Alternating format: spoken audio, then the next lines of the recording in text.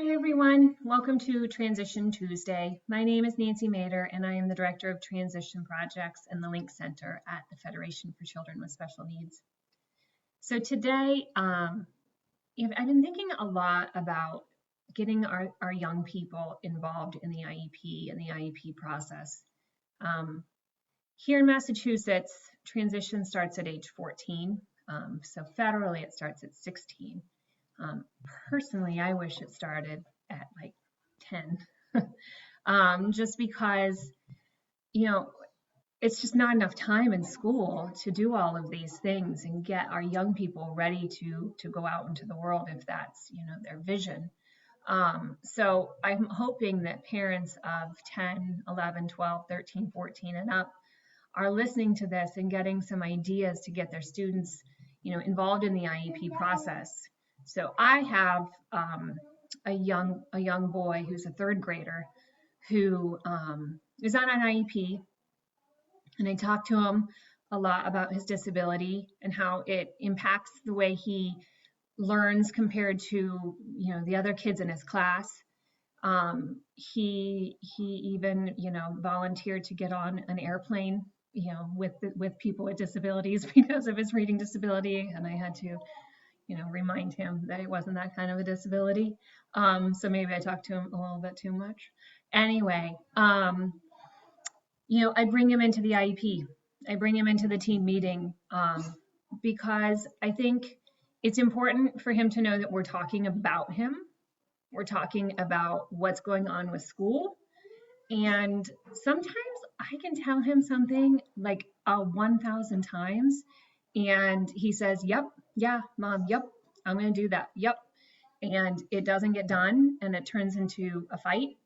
But sometimes, if his teachers, and luckily he's still young enough that he still likes school. But sometimes if it just comes from his teachers, they, he listens. He legit listens to them way more than he listens to me. So, when we had to start reading books with long paragraphs in them instead of graphic novels, I told him, his dad told him, as many people as possible in his house told him, and he shook his head at us and picked up his graphic novels. And then when we had the IEP meeting, he listened to his teachers about, why he needed to read books with long paragraphs and books that, made him feel anxious and, overwhelmed. And that the more he practiced that, the more he would get better, and less overwhelmed.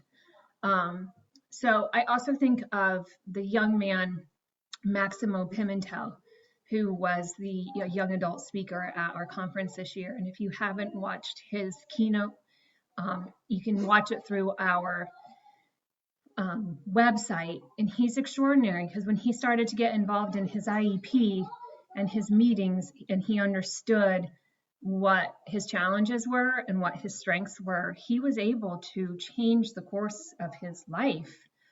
He wanted to go to college, and he didn't have the academics to do that. And so when he got involved in that meeting and started to understand what he needed to do and what help he needed, he was able to advocate for himself, and now he helps other people advocate for themselves, and as a mentor.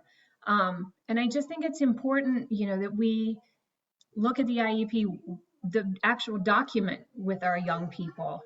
As someone who did vocational evaluation for young people for years, I would ask them, why are you on an IEP? And most of the time they didn't know, or they're like, well, I'm not on an IEP. Well, you are, and they need to know why. They need to know what their accommodations are, especially if they want to have a job, if they want to go on to another kind of training or anything post-secondary, or explaining to people what accommodations they need. That's on that IEP, and if we can help them with that, and they might also be able to tell you what's working on that IEP and what's not working. Going over it with them. My colleague Leslie tells a story about how she advocated for her son for a certain service, and really tried hard to get it for him, and fought. and got it. And she came home and she was so happy, and she told her son that she got it. And he was like, that doesn't work for me, Mom. I hate those. You shouldn't have done that. And, realizing, like, getting them involved, asking them what's working, asking them if they're getting those services, getting them just talking about what's going on. And I fully recognize how hard this is, because, school's hard for our kiddos, for our students, and they don't necessarily want to talk to you about it. But if we can make it a conversation, that is about their future, about what's working, what's not working, what they need, maybe it can become something that's positive. But, I fully advocate, if you can talk to your school and have your younger kids start being part of that IEP, recognizing why they're on it, even when they're in elementary school, so they can be part of that process. Then they can self-advocate. They can understand, why things are harder for them. And then when they're adults, disclosing is easier, understanding what accommodations is easier. So all of those things maybe can become a little bit easier. So get them involved, especially right now. If you're having a Zoom IEP, which we've never done before, maybe they can be a part of it. Maybe they know technology better than you do, and their first step is helping you set that up.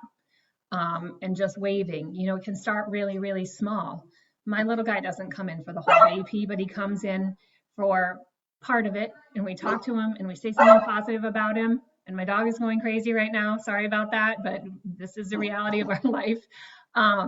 So, there are things that we can do, and we can start really small, and we can build from there. And hopefully maybe by the end of their high school IEPs, maybe they're running it, if, that's kind of the dream.